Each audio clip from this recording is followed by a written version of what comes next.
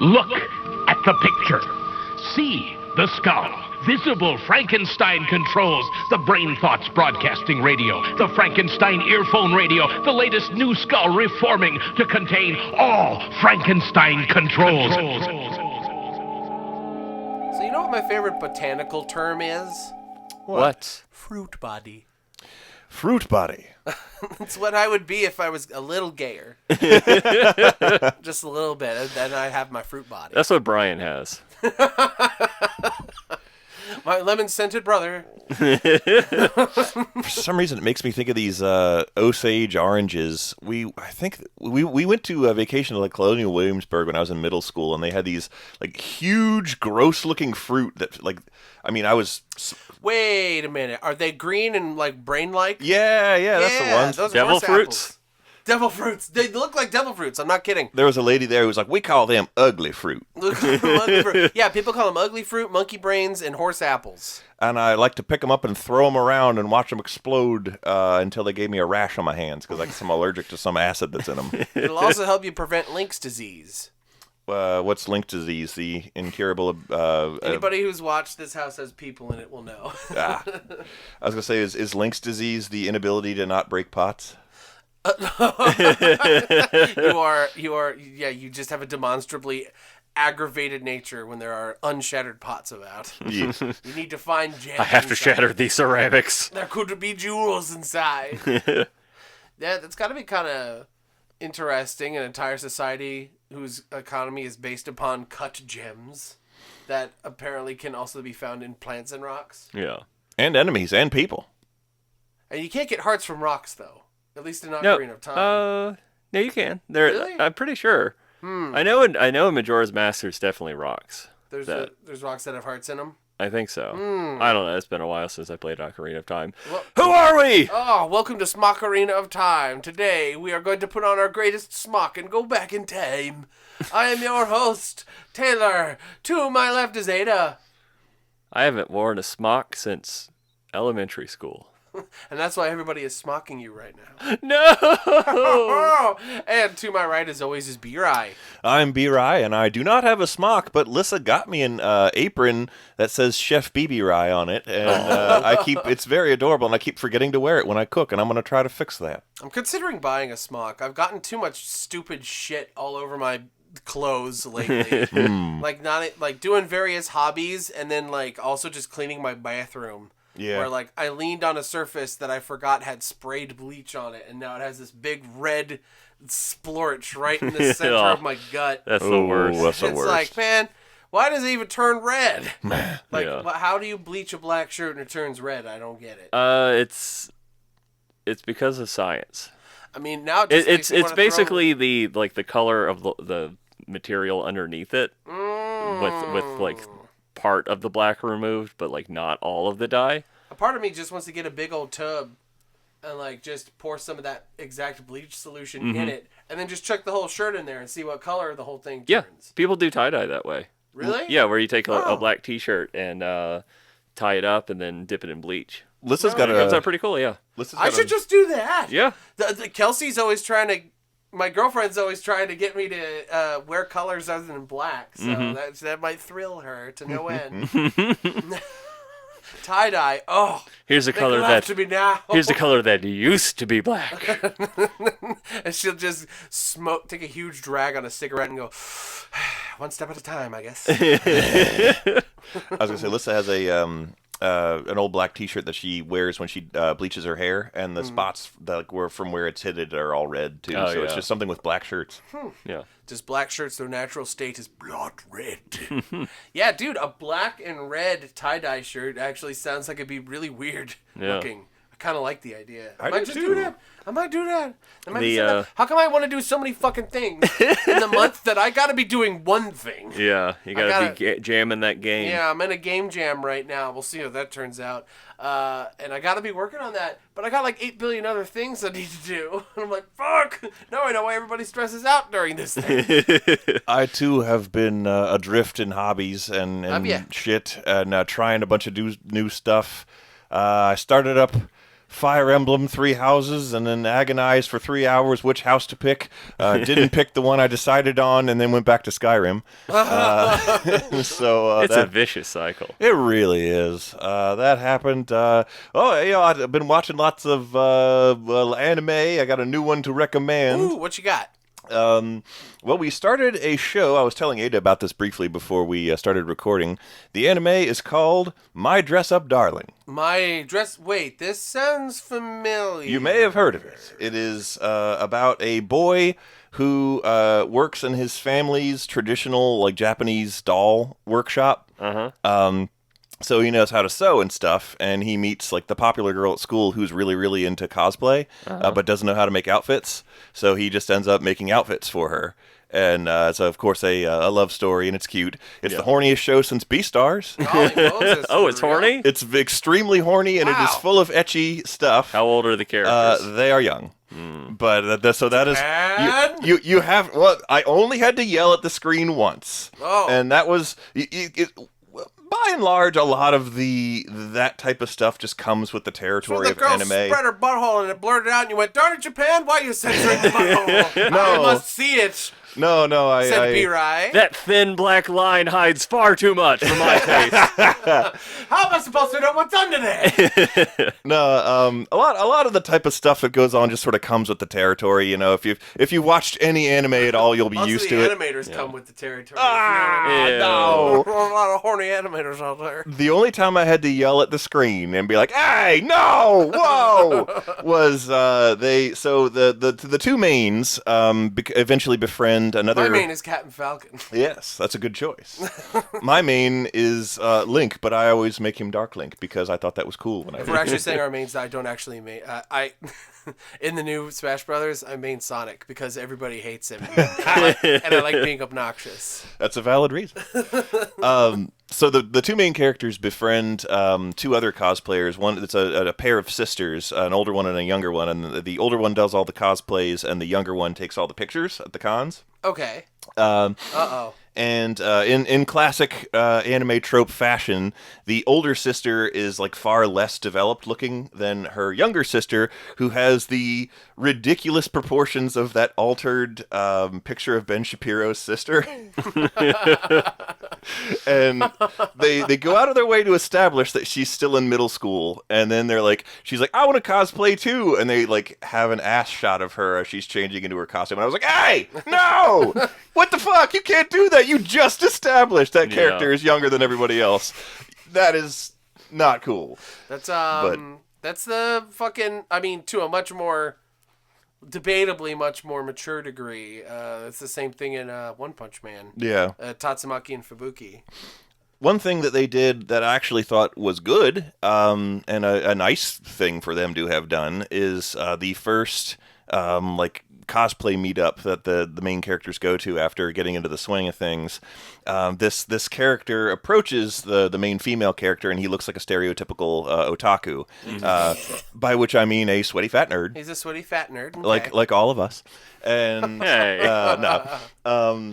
but he's not a creep, and he comes up to her and he very respectfully asks to take her picture, and nobody makes it weird and horrible, and everyone has an appropriate good time. And I was like, look, that's nice. You know, they didn't rely on some horrible trope of him groping her or some awful thing happening that makes this bad. It was just people correctly enjoying their hobby in a good example way. That would have been really funny if it set it up as the otaku is going to be a creep, but then he's not a creep and doesn't ruin anything. He just takes the picture, asks to take the picture, takes the picture, and then moves on along with his day, says, "It's a very good costume, you look great," and then goes and moves along his day, and then fucking Logan Paul shows up and then ruins everything. Logan Paul's like, "You got any dead bodies I can film?" Now, Vera, you say that everything was normal about that interaction, but you clearly didn't watch the post-credit scene where, normally they would have the next time on My Dress Up Darling. It's just a 30-minute montage of him jerking off to the pictures in his room. So that's the postscript. I should have watched through the credits. That's the you always gotta watch. You gotta at least always see if there's an extra scene. That's the little Marvel movie credits after credits promo thingy. There is just that otaku jerking off. Mm-hmm. All that for a drop of cum. But My Dress-Up Darling is horny as hell. It's a fun show. It's you know, if you're used to anime, you'll be used to the worst of it, and it's fun. The thing about so when you compare it to Beastars, though, that sets up an expectation in my head. Because Beastars was horny in a way that is entirely fucking different. Yes. Yeah. No, every other anime there is out no there. very bizarre predator-prey, like... Okay. Well, Beastars is horny in an interesting way. Yeah, it's horny in an interesting way, and it's horny in, like... There's actually very few scenes in Beastars that feature, like, quote-unquote... graphic imagery if you're getting into the definition of like underpants and boobies and shit. And instead a lot of the horniness of that show comes from like closeness and positioning and the way people look at each other and the way people touch each other. That happens a lot. Kind of thing. Like it isn't like, ha, look at my butt, lol. No, that happens a lot. There's a lot of sort of intimate horniness. Okay, the intimacy. Okay. But mostly, you know, you're just like, I remember when I was a horny kid. And you're like, you crazy kids. Oh, that's good. And like the core of it is a very sweet love story, and it is actually like cute, I thought. Does it have multiple scenes where you see an X-ray of the main character's head as smell particles enter his nose? I don't think so. Okay. They do that a lot in Beastars. Yeah. Oh yeah, because he's like, I smell her. I kind of want to take that scene where it shows the smell going up his nose and then fade that in with Jimmy Neutron having a brain blast. And then What you doing there, Jimbo? I fucking love that meme. That's so good meme. So there's an anime that were you gonna say something? Oh no, I was just gonna say we've been watching lots of anime like that. We burned through that one too fast because there was only one season, and then I came home from work and Lissa was watching another anime, and I was like, I kind of recognize this. What is this? And she goes, oh, this one's called Elfenlied. And I was like, oh no! That was my reaction. I said, oh, that's not for you. God, I was thinking about Elfenlied this morning and how much I hate it. And I was like, I'm surprised you were able to stand the opening scene. She's like, well, the violence wasn't very realistic. It was almost like an SCP breaking out. And I was like, yeah, that sort of is what happened. It hooks you. It does. It's cool. It's like this first episode is cool. I wonder what the rest of the series will be like. Yeah. And it's just like dragging your arms through broken glass and be like, please, there's got to be something cool that happens. Please, and it's not. Yeah. I was thinking this morning about it because I'm like, if there was one piece of media that I could just erase from my brain, it would probably be that. Elfenlied's a rough one. If I could just have like delete that memory and have a note of like, the first episode's cool. It is not worth it to watch the rest. Yeah. And then just leave it at that. I didn't suitably prepare Lissa by telling her anything about Elfenlied beforehand to warn her away from it because I was like, we're just gonna not watch that one. Whenever I saw it in our library, and I was like, I probably should have extended the warning. Thought you could bury it in it, but you didn't. Speaking of, actually, you know what, Ada, go with your, there was an anime that Jen heard about. She was watching her loading ready run guys, and they were playing this game of like, here's two anime titles and a brief synopsis. Which one is real and which one is just made up? And the real one in this example was called Yuri Bear Storm. Wow. And it's about like a world where all the bears have become like incredibly violent and attack people, and they've had to enact this whole security system of like retracting walls and barriers to stop bears from getting in. How are there that many bears? Yeah. I was going to make that joke and didn't. It's a very bizarre premise on the front of the tin, and Jim was like, I want to see this. I want to see how weird this could be. And I'm just like, Attack on Bear. Yeah. And I'm just like, it's got the word Yuri in it. This is just going to be like teenage girls it's like Yuri being on gross. Ice. It's the opposite. They called it Yuri on Ice, and then it turned out to be really fucking gay. Yeah. So on this should have been Yowie on Ice, am I right? Right, kids? What a funny... Skating around with their giant hands. Translators note, Yuri means lesbianic stuff. Yes. So she convinced me to watch, like, she's like, okay, we're not going to watch the whole thing. I just want to watch like the first 10 minutes, see how this starts.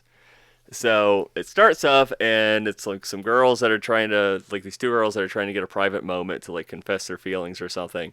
And just as it happens, the like alarm goes off, and all the bear barriers start rising up, and one of them is worried, and the other is like, "Don't worry, I'll protect you.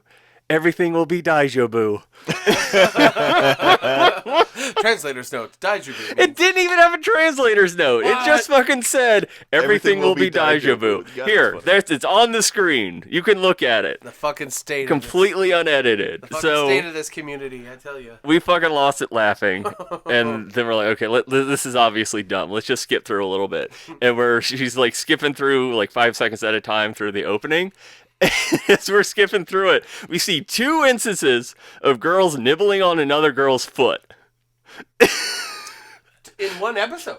No, in the opening. Oh! And I'm like, stop it. You have to go back. I need to see if there's fucking context for this, or if this is just there. Just there in the opening.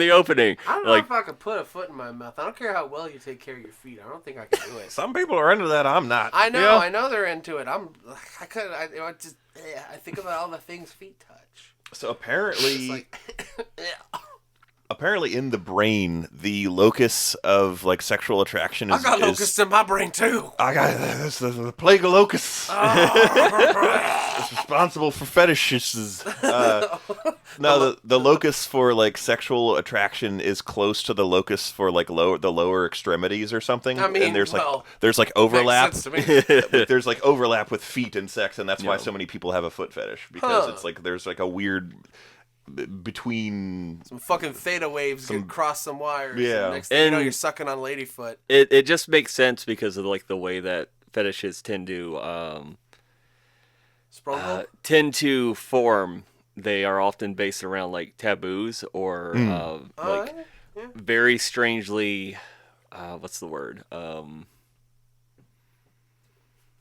Strangely interpreted intimacy. Mm-hmm. So like if you think about it, you very rarely see most people's feet. And it's also kind of a taboo in like a lot of cultures. It's definitely like you're not supposed to show like the bottoms of your feet. And stuff like that. So when you like cut something like that off from people and they're in this certain age where the wires are getting crossed, it's like, okay, that makes sense now. Yeah. It's still gross and weird, and people with foot fetishes tend to be like really weird about it, as far as just, Don't kink shame, eh? I've had people ask for foot pics from me unsolicited. Just the tops. Just the tops. They just want the tops of my feet. Just the bottom. You don't need to show the bottom of the foot. That's a second date thing.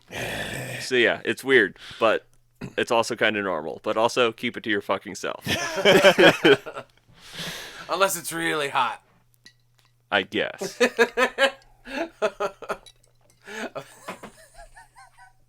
I'm just like getting at the whole like we were I guess complimenting Beastars for its depictions of like interestingly depicted intimacy and things like that. Yeah. So like I don't know, we come off from there and then start judging people about feet.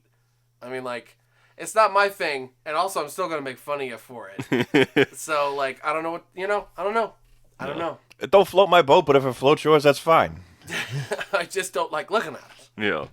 But you know what? That's what this country is all about. You see a thing, and you have your God-given right to look the other direction. You have the God-given right to change the channel. You have the God-given right to leave the room and go, what a fucking weirdo. I don't want no part of that. You have the right to nope. Touching on... That's what makes this country so grind. Touching on like weird taboos and just how weird people are and their various like the various ways we think of being weird and creating taboos is sort of like the Brandon Sanderson has a whole thing in like the dominant culture of the Stormlight books. Women don't show their left hand. You always have to keep it like in their they have like an extra long sleeve that they keep it in. That's my unclean hand. And so like when other characters like see someone from another culture in the books that don't do that, they're like, I can see her hand. Like, oh my, show an ankle. How scandalous. Yeah.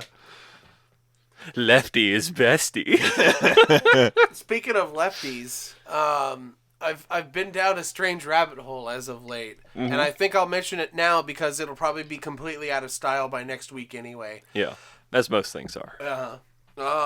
I've been really liking all of these Joe Biden, Trump, and Obama debate over stupid shit. Those are so funny. What I'm going to say about them before you even get started. I know. They're not as funny to me because their Trump is not good enough. Right. Like, it doesn't, it's, he talks the way you fucking do your impression. Like, I was, Jen always listens to the not the Colbert Report, the Tonight Show with Stephen Colbert. And Colbert's impression, yeah. Yeah. Well, I love colluding with the Russians. No, it's not his impression. He's literally playing clips of him saying stupid shit. And it's like, your impressions are on the same exact level as the stupid shit that he's actually saying. Like, it's you're not even parroting him anymore. You're just practically quoting him. Yeah. And those deep fakes don't capture that enough. They make them sound too normal. Yeah. You know what? I think that's why I like them so much. Is because, like, I think a not so silent part of me is like, I wish this is what presidents actually debated over. I want to hear Trump and Biden and Obama argue about which arc in One Piece was top tier. Yeah. There was it just makes me It's a perfect dugong. Yeah. It was a perfect dugong. He doesn't talk with that funny level though. He's just like that's the whole deep fake. Yeah. Like spiel. The Biden is fucking spot on. And that's why. Like, the Obama works pretty good. The Biden works extremely good. You know why? Because they already talk like fucking robots anyway. Yeah. Trump is way too animated. He's too much of a living cartoon villain. Yeah. To, like, be 100% believable in these funny deepfake videos because it's a fucking robot doing their voices. Joe Biden is pretty much just the animated dead anyway. So Joe Biden. It fucking works. There was one I saw of them playing like a Destiny match or something, and like Obama's just like, Donald, will you just play the damn game instead of starting an argument over nothing? Yeah. In the One Piece one that I linked today in the Discord, I kept loving how every time Joe and Donald would get fighting a little too rough, they'd have the Obama come in and go, Nakama, please, we need to stay on task. Just, Nakama, please. It's so good. Beseeching or calling them friend in Japanese. Translator's note, Nakama means friend in Japanese. God, so funny. It's amazing. It just makes me smile and laugh and go... And hearing Trump go, it was a perfect dugong, is really funny to me. So I don't remember if I mentioned this on our last episode or not, because he sent it to me a while back, but my brother-in-law sent me what at the time, I did not realize that it was like a deepfake AI voice. I thought it was just somebody's really good impression. Not that it's really hard to do an impression of this character, but it was Dagoth reading the entirety of Dagon by H.P. Lovecraft. Oh my god!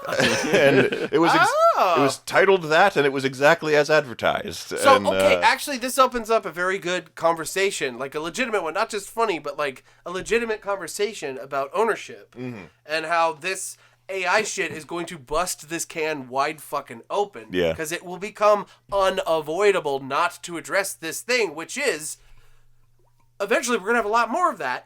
Of, man, I really wish I could hear this, actor A read thing B until it comes to a point where, like, shouldn't somebody be getting credit that's not a fucking computer? Because you're listening to it because you like hearing this person's voice. Yeah. And you also might be interested in this thing you want them to say, which was also made by someone else. Yeah. So, like... This is an ownership landmine. Like, it's ridiculous. And we're going to get caught up in so much horseshit legislation over the next decade. Shit's going to get real crazy. Fake shit. It's going to be insane. Yeah. It's going to be absolutely fucking insane. You're going to get so fucking sick of it. So enjoy your hilarious Donald Trump talking about Destiny videos while you can. I think that's another reason why I can't enjoy those too much is because I can see the trouble brewing.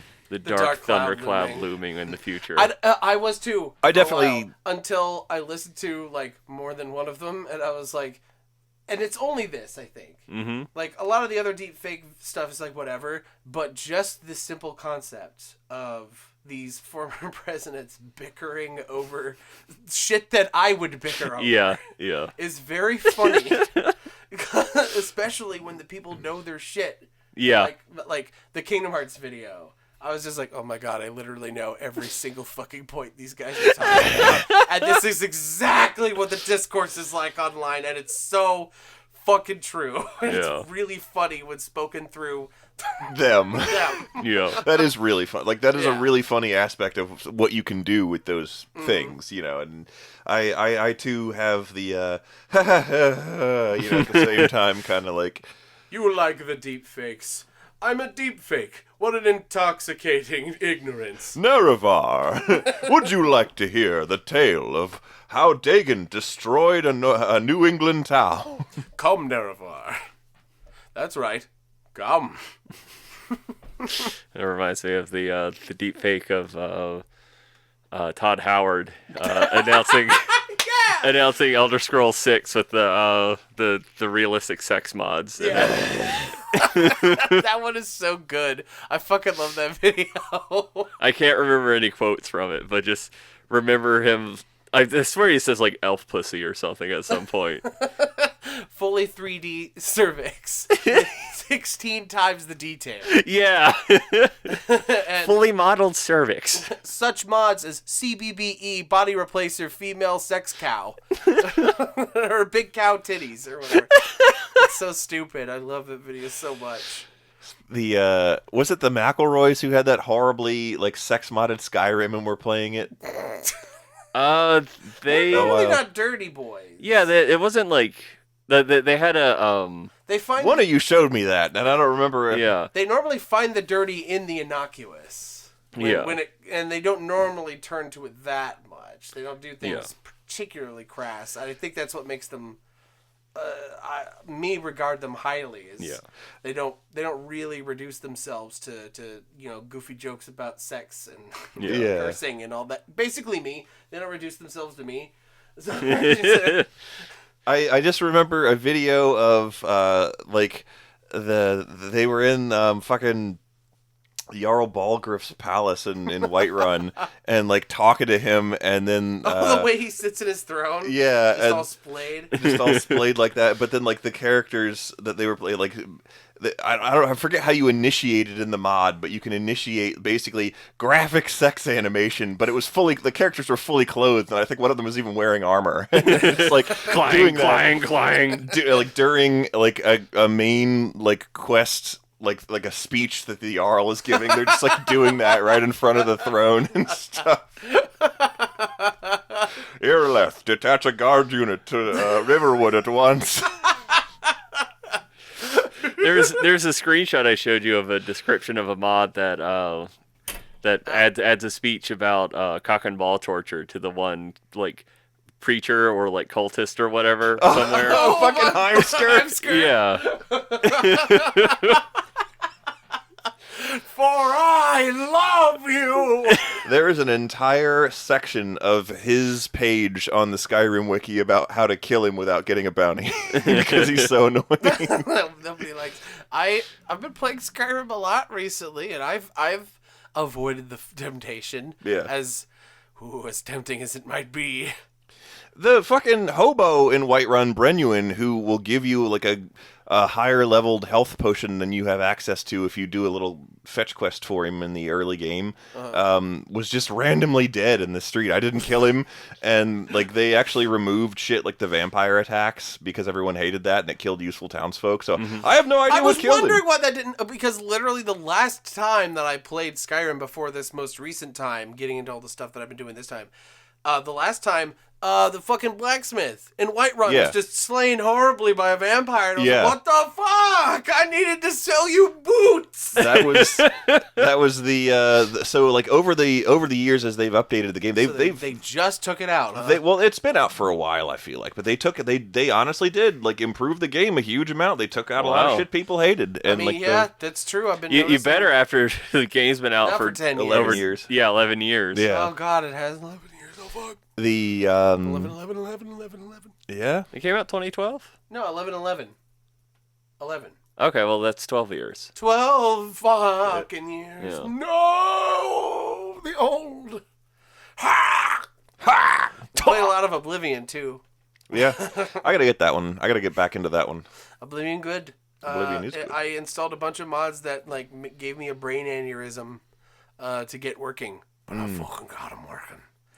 And it made me appreciate how fucking easy it is, comparatively speaking, to get mods working in Skyrim. Because getting mods to work in Oblivion makes hard. Blow your fucking brain. That's way hard. And like I was trying to get one of the Better Cities mods to work. Oh my god! That one required like some Rybash shit and all this other shit. Yeah. Yep. Yeah, and oh fuck. Okay, we're talking inside baseball. Ada's giving us the, she's We can't have another 20-minute long Oblivion episode. I'm sorry. This is our 5th one. Yes. I'm sorry. I can't contribute to these. I'm sorry. I just gotta sit here sitting on my hands like, I don't got the cheese for everyone, guy. I know everyone hates getting dragons.